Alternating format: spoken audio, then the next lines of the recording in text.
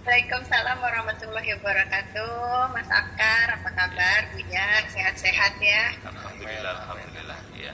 Buya tuh kayak tahu ya, saya tuh selama ini beberapa waktu ini memang sedang berpikir tentang kematian Buya, karena memang tadi yang Buya sudah mention juga kan usianya kan gitu. Tapi Buya, saya tuh ada dua pertanyaan sama Buya terkait dengan kematian ini, karena saya bersyukur alhamdulillah sekali ada pandemi ini, karena saya banyak belajar gitu dari mana saja, khususnya saya banyak belajar kajian Buya. Saya tiap hari juga waktu bukan isoman sih, waktu itu waktu PPKM saya selalu menonton Buya di YouTube ya, tapi saya nontonnya di TV jadi biar gede Buyanya. Terus udah gitu saya berpikir tentang kematian, memang itu saya berhenti kerja ya, seperti Buya sampaikan itu benar sekali, kita langsung mulai rasa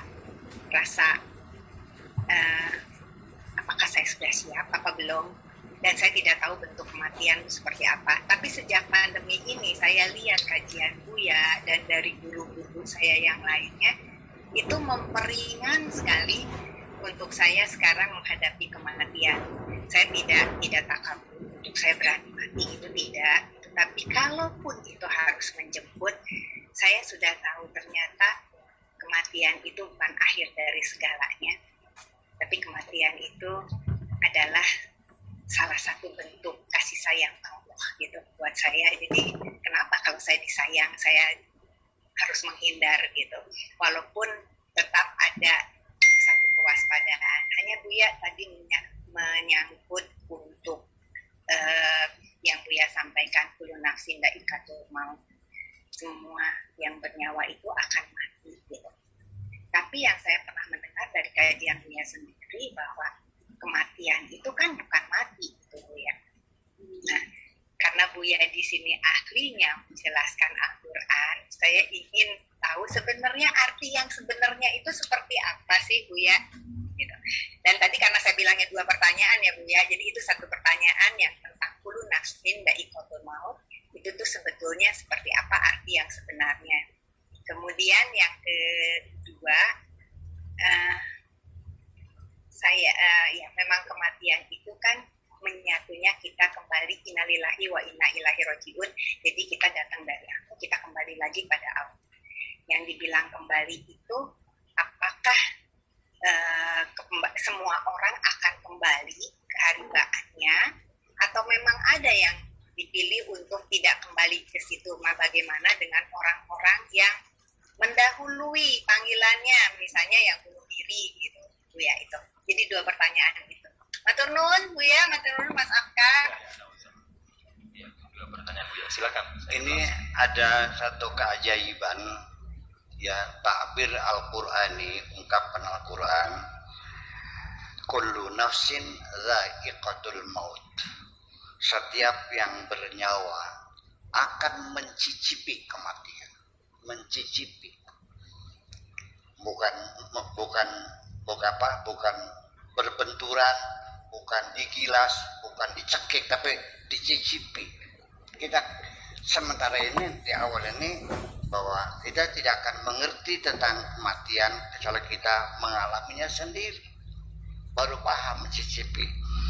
Kemudian juga wafat dan mati, dua kata yang berbeda ya.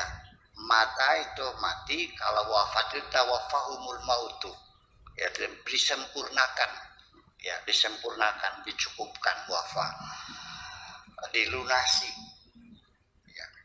Nah, kemudian hakikat kematian sendiri dalam Al-Quran, wa idza asabatum musibatun qalu inna lillahi wa inna ilaihi rajiun. Apabila kau ditimpa musibah, maka katakanlah kami ini adalah milik Allah, berasal dari Allah, wa inna ilaihi rajiun, dan kami ini akan kembali kepada Allah. Jadi hakikat mati itu sebetulnya kita kembali kepada Allah.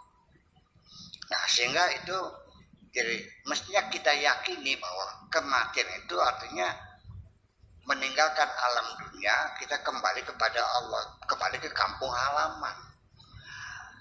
logikanya orang pulang itu sedih atau senang? Senang.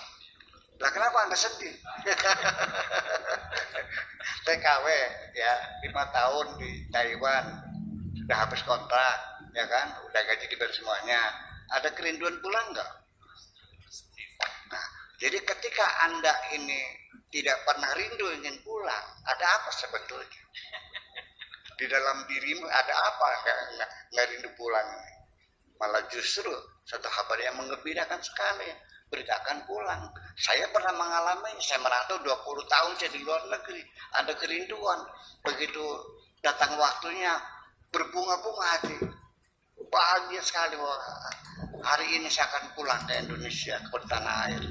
Nah itulah persoalannya. Jadi innalillahi wa inna ilaihi raji'un. Saya ingin bercerita lagi ya, sudah pernah ceritakan tapi nggak apa-apa sih, ulang lagi. Ini seorang novelis Mesir namanya Yusuf As-Sibai. Dia sangat produktif sekali, ratusan novelnya yang itu. Nah salah satu bukunya itu namanya Israel. Buku novelnya namanya Israel. Saya penggal saja ceritanya. Adalah si Ahmad ini pergi ke rumah sakit untuk menjenguk kekasihnya yang sedang sakit di rumah sakit. Dia beli 2 kuntum bunga mawar merah, dibawa ingin diberikan kepada kekasihnya di rumah sakit di Abbasiyah Square di sana di kota Kairo. Ketika dia sedang menyeberang jalan, tiba-tiba tanpa sadar metro itu menabrak dia. Ditabrak metro. Metro itu kereta kota ya. Jatuhlah dia. Nah, ceritanya si Ahmad ini secara sadar dia melihat dirinya sedang terlentang di tengah jalan, dikerumuni oleh orang banyak, ditutupi koran. Itu aku katanya, itu aku itu. Kok kenapa begitu? Akhirnya dia minta kepada orang-orang suruh pergi. Mau pulang nggak sih, kenapa? Saya. Tapi nggak ada yang perhatikan. Yang jerit-jerit nggak ada yang mendengar. Lalu kata Malin Israel, lagi. Kamu udah mati. Itu jasadmu. Tumben apa sih? Jadi saya udah mati. Iya, kamu udah mati. Vaksin. Kamu Mau pergi sudah lagi? dalam genggamanku ini. Nggak bisa. Maksudnya apa, yang saya beli mawar belum saya serahkan pada kekasihku. Jadi gimana? Ya tolong Hidupkan lagi. berikan saya kesempatan untuk hidup lagi. Terus untuk apa? Untuk menyerahkan bunganya pada kekasih. Terus ya sudah. Apa? Jadi Belum. gimana? Oke, kata Israelnya. Saya akan kembalikan nyawamu ke dalam jasadmu, ke hidup. Tapi hanya satu. Hanya untuk menyerahkan bunga kepada kekasihmu. Setelah itu kamu mati. Oke, gak apa-apa. Ada syarat yang kedua. Jangan kau ceritakan kepada siapapun bahwa kematian adalah sesuatu yang sangat indah dalam kehidupan. Jangan kau ceritakan.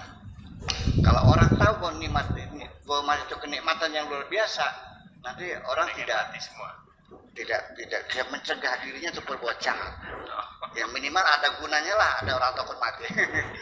Minimal ya berbuat jahat nggak jadi, takut mati sih. Ya keserakahan juga akan terkendali karena takut mati sih. Sadar orang mati, zikrul maut itu salah satu untuk mengendalikan ambisi kita, mengendalikan keserakahan kita adalah ketika kita sadar akan mati.